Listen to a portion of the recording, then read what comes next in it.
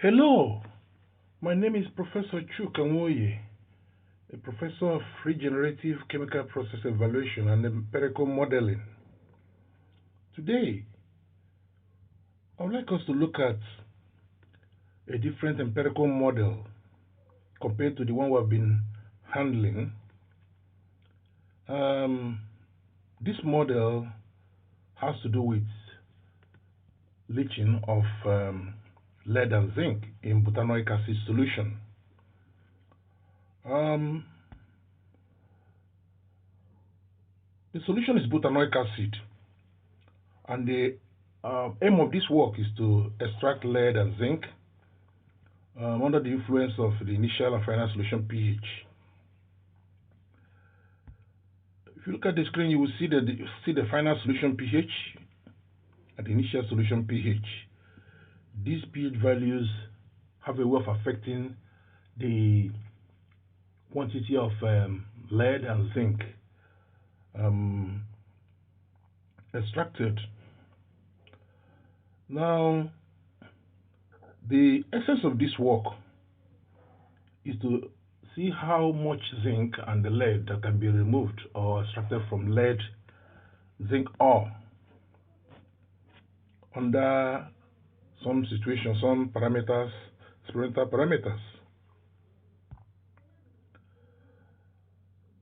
The concentration of extracted lead, as you can see on the screen, is measured is in milligram per kilogram, and also the extracted concentration of zinc is also recorded in milligram per kilogram. In this empirical model, the only empirical constant we have is N, which is 0.02. This constant has a way of influencing or affecting all the parameters that we intend to evaluate based on the available data. It is important to say that the model in question was derived using experimental data from the research work I've talked about, which involves leaching of lead zinc ore. Now, let us get down to the array problem solving. This is model 15,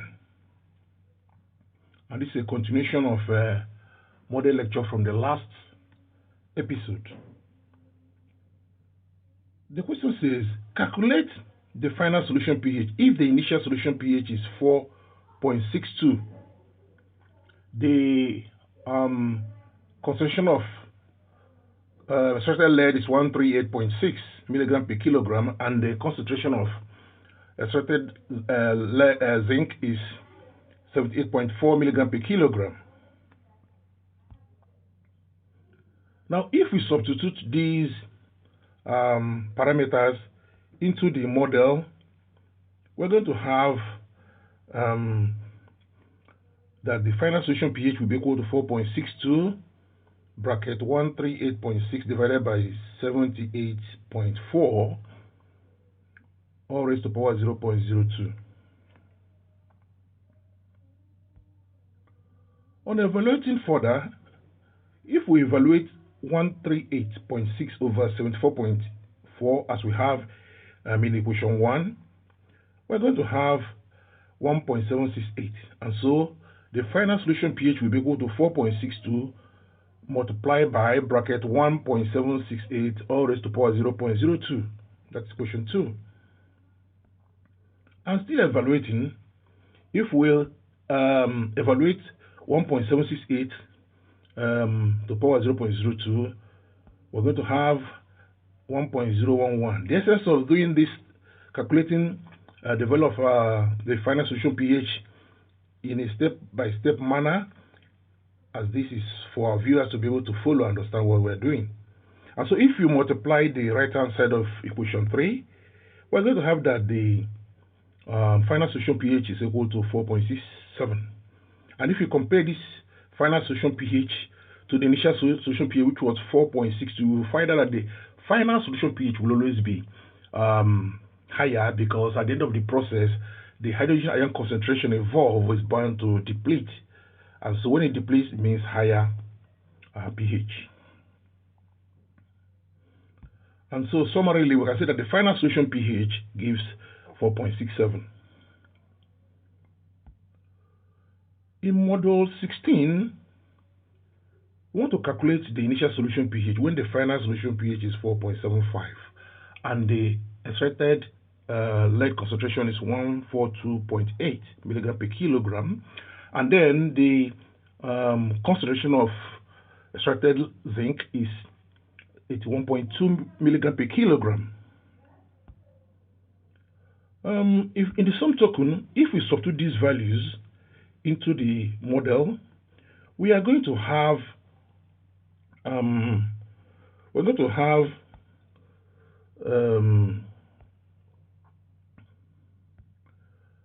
4.75 to be equal to the initial solution pH bracket 142.8 divided by 81.2 raised to power 0.02. In the same way, if we divide 142.8 by 81.2 as we have in equation 1, we are going to have 1.759. Like I said initially, the essence of this simplification, step-by-step simplification, for viewers to understand what we're doing. Now, if we go ahead to evaluate the value of 1.759 raised to power 0.02 from equation 2, we're going to have 1.011 multiplied by the initial solution pH. And the next thing we're going to do now is to look for a way of eliminating 1.011. And so when we divide both sides by 1.011, we're going to have the 1.011 on the right hand cancelling out, and so we're going to have that the initial solution pH will be 4.7. I will make bold to make a statement: the initial solution pH is 4.70. Now, in this case also, we can also compare this value with the final solution pH, which was 4.75, and it also agrees that the final solution pH will always be higher than the initial solution pH. You can see that the initial is 4.7 and the final is 4.75, showing that the pH really dropped. The pH increased at the end of the process, showing that hydrogen ion concentration was depleted to some extent. Now, this is the source of this work. You can go through this location source to get the model and see how the experiment was performed and other values that were derived from this work. I'm still the instructor, Professor Chukwuoye, Professor of Regenerative Process, Chemical Process Analysis, Evaluation, and Empirical Modeling.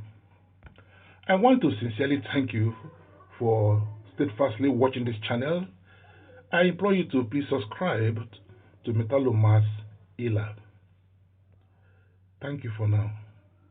Bye.